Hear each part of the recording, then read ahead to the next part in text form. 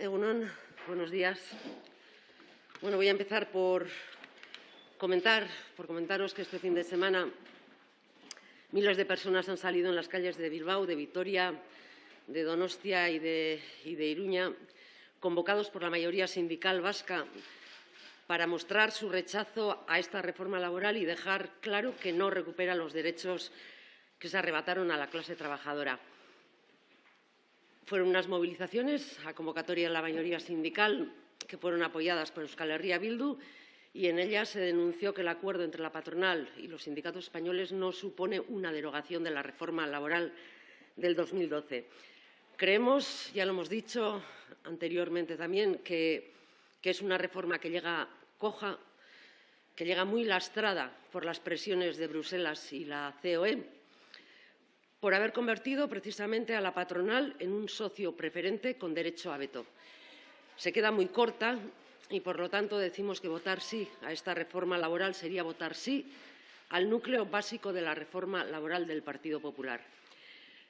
Sin embargo, a pesar de esto, no vamos a renunciar a nuestra responsabilidad y vamos a intentar, hasta el final, convencer al Gobierno que tramite como proyecto de ley la reforma.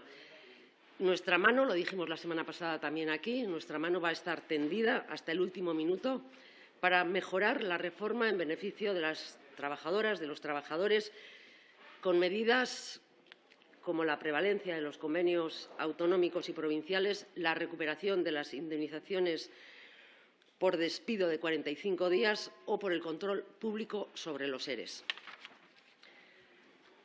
Los canales de comunicación con el Ministerio de Trabajo siguen abiertos. Nosotras seguimos dispuestas, como manifestamos en la declaración conjunta que se hizo aquí la semana pasada, a emprender un proceso de diálogo y negociación real. Está en manos del Gobierno moverse y estamos, como he dicho antes, estamos dispuestas a hacer todo lo posible para que esta reforma de la reforma, porque, repito, no es una derogación, pues que mejore en los aspectos esenciales que no se han tocado en esta propuesta. Creemos que hay tiempo hasta el jueves.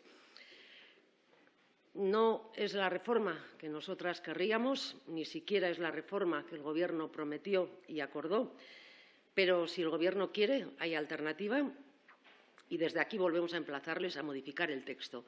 Si hay voluntad política, hay una mayoría de izquierdas dispuesta a llevar esta reforma mucho más lejos, sin depender de aquellos que prefieren que nada cambie, es decir, de Ciudadanos y de UPN. Se nos ha presentado desde el inicio un menú cerrado en esta cuestión, un menú bloqueado y condicionado por las presiones de Bruselas y la patronal, que, como sabéis, no quiere mover ni una coma del texto. O lo tomas o lo dejas, ha sido el mensaje que se nos ha trasladado y desde Euskal Herria Bildu no aceptamos de ninguna manera que haya espacios fuera del Congreso que determinen lo que podemos hacer o no. Creemos que no se puede hurtar el debate al Parlamento. Es inadmisible permitir a la patronal que imponga un veto cuando es el Congreso y, por ende, todos los grupos políticos que lo conforman quienes tienen la potestad de convalidar o modificar las leyes. Además, creemos que sienta un grave precedente en una de las leyes más importantes de toda la legislatura.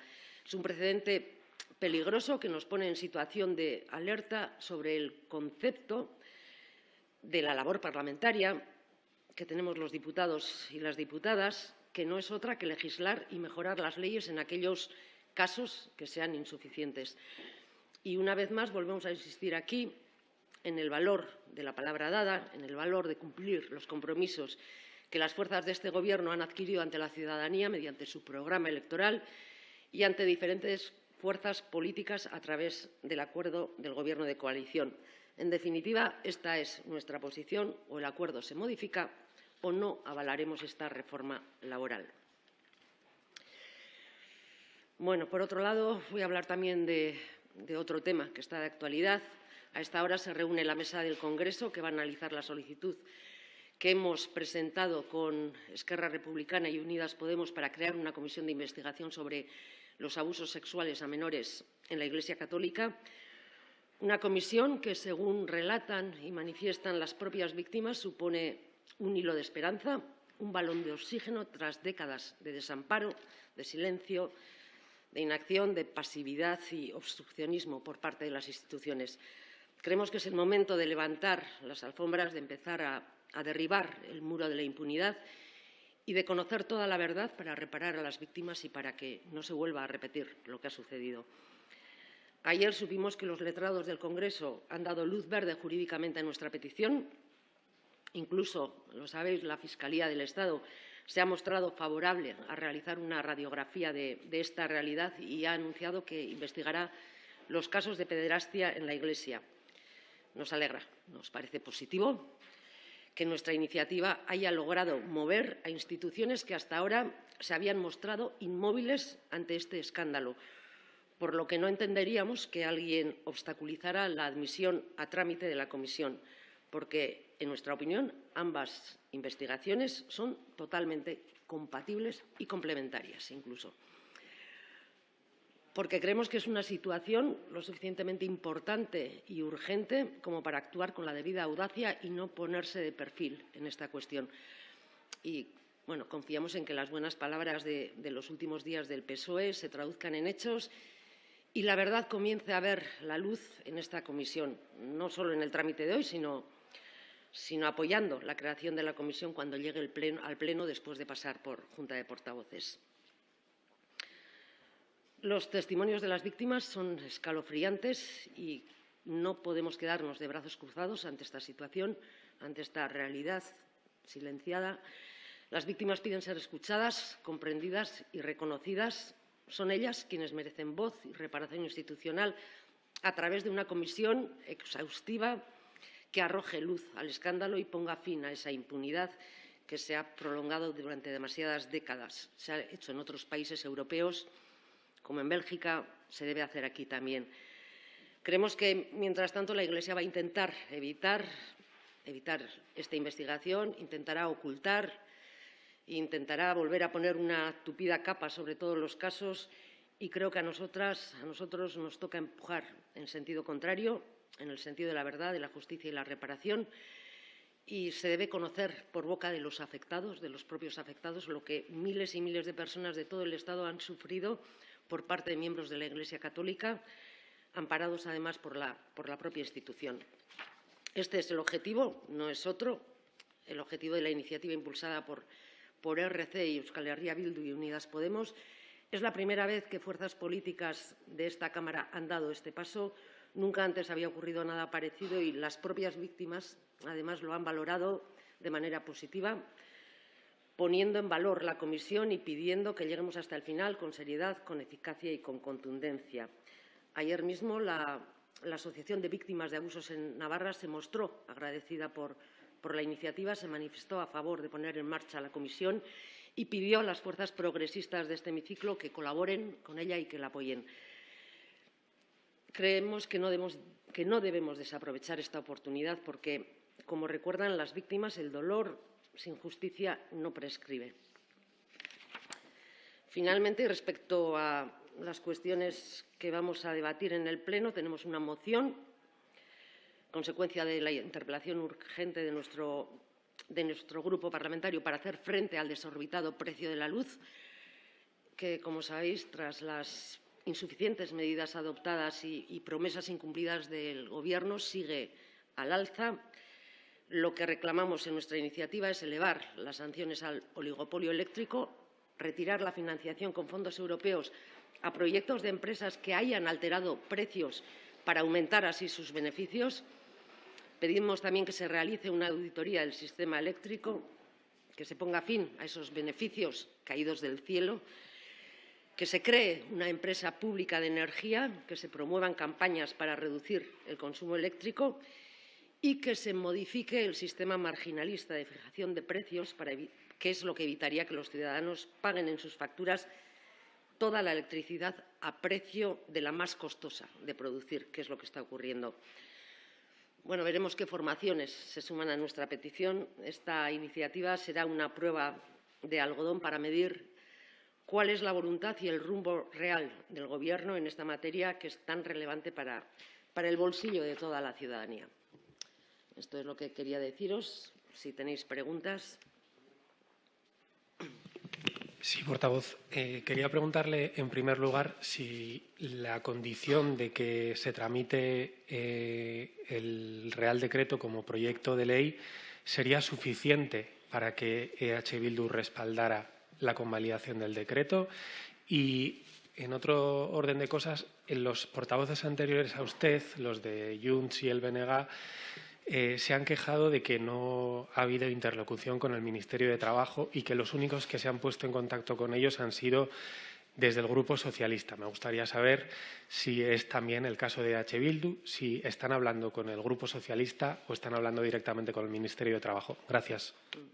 Bueno, respecto a la primera pregunta, vamos a ver, nosotros creemos que la tramitación como proyecto de ley debe dar cauce y cabida a que se introduzcan modificaciones de mejora en esta ley, que es algo a lo que se han comprometido el Gobierno, se comprometió. Nosotros no decimos nada que no dijésemos hace 2 meses, hace 3 meses, hace 1 año, hace 2. Quien ha variado la posición es el Gobierno y creemos que ese proyecto de ley esa tramitación debe dar cauce a que se pueda mejorar esta ley. Creemos que es de justicia y creemos que es una cosa totalmente necesaria. Esta reforma no entra en los aspectos sustanciales de la norma aprobada por el PP. Tenemos toda la voluntad de llegar a ese acuerdo. Lo que no vamos a hacer es renunciar a recuperar derechos.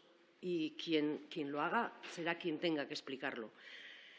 Y luego, bueno, no sé, respondería a una pregunta a esos comentarios que se están dando estos días, que dicen que se pueden hacer las mejoras dentro de unos meses cuando termine esta fase.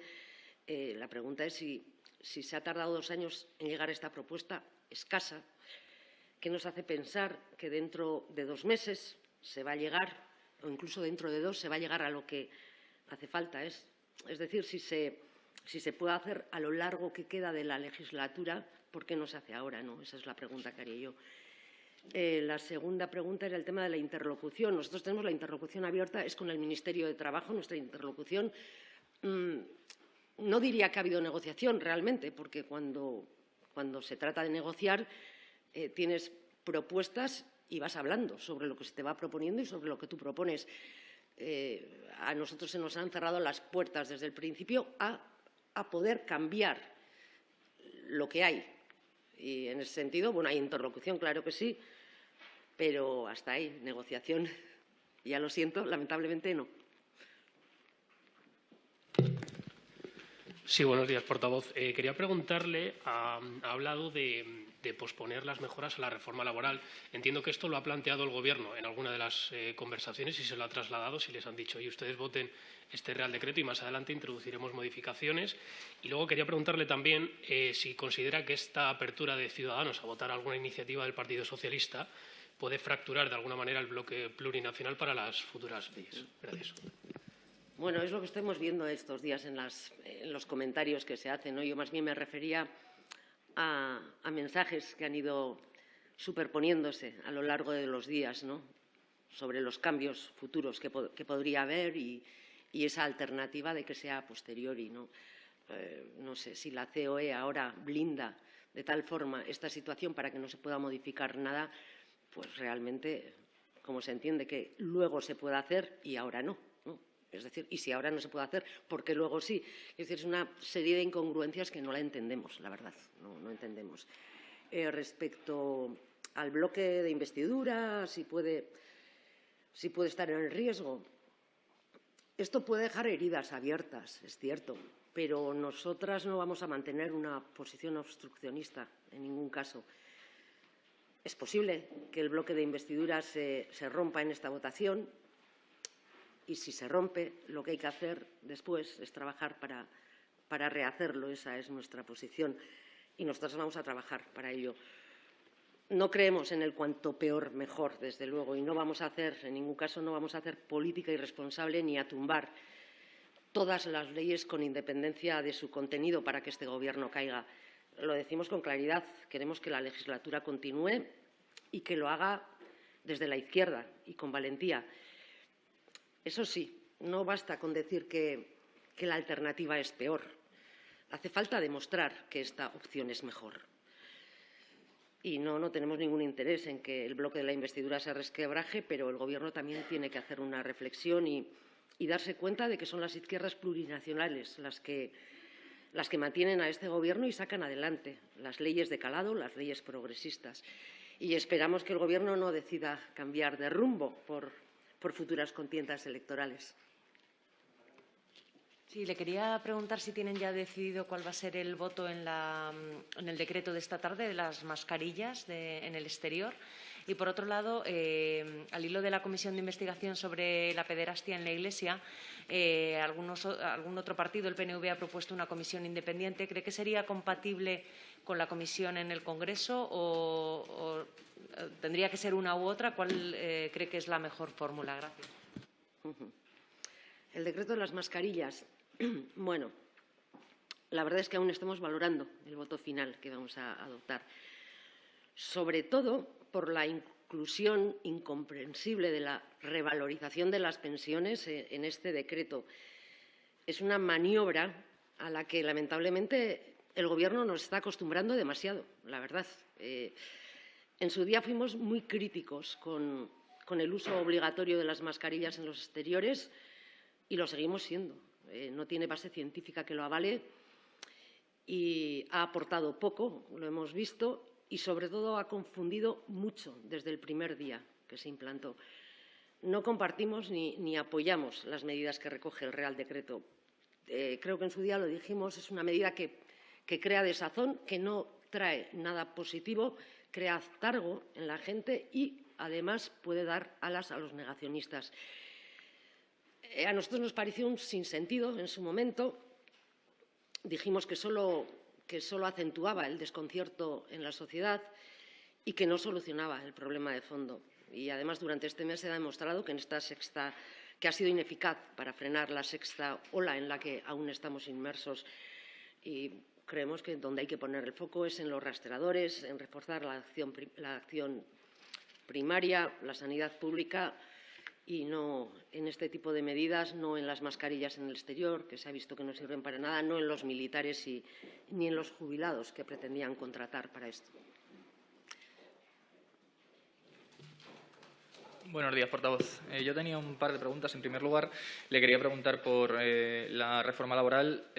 No sé si ustedes, porque como lo que se vota este jueves es realmente la derogación de un decreto que ya está vigente y que sí que constituye ciertos avances, aunque no todos los que a ustedes les gustaría, no sé si ustedes se plantean la abstención con, si el Gobierno les promete o les plantea ciertos cambios en otras leyes a futuro, ya le digo, simplemente para que el decreto no decaiga. Y, en segundo lugar, le quería preguntar por la Ley de Vivienda que se aprueba hoy en Consejo de Ministros.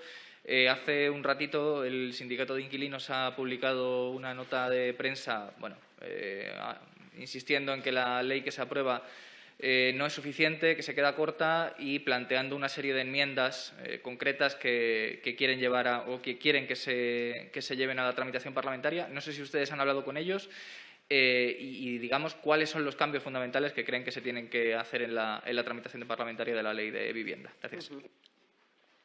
Bueno, respecto a si nos abstendríamos, yo creo que nuestra postura es súper clara. Lo he dicho antes, no vamos a aceptar esta reforma que realmente no supone una ventaja. Naturalmente que hay algunos avances, sí, no lo hemos negado en ningún momento, pero esto es una ley muy importante que afecta a la ciudadanía, a millones de personas. No podemos dar la espalda ni vamos a renunciar a nada. Y lo hemos dicho muchas veces, no vamos a renunciar a defender los derechos de los trabajadores. Nos parece que es una cuestión básica. La columna vertebral de la reforma laboral sigue intacta en realidad. Es verdad que hay algunos avances, pero su columna vertebral sigue igual y, en ese sentido, nuestro voto, si no cambian las cosas, será un no. Sobre la Ley de Vivienda, bueno, al margen de esta situación anómala que hemos vivido con el Consejo General del Poder Judicial, que está caducado ya en sus funciones y que ha querido paralizar un proyecto de esta envergadura, la ley tiene carencias y tiene lagunas. Por ejemplo, no pone coto a los precios abusivos y creemos que es lo que tendría que hacer. De alguna forma se empieza a hacer la casa por el tejado y hay que hacerlo desde la base. Primero es solucionar el tema de los precios abusivos que impone ahora mismo el mercado del alquiler y luego son las bonificaciones y todas las medidas que puedan suponer una mejora. Creemos que se tiene que hacer así.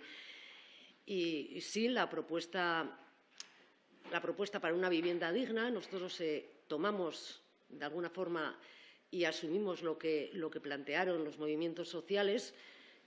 Ahí está.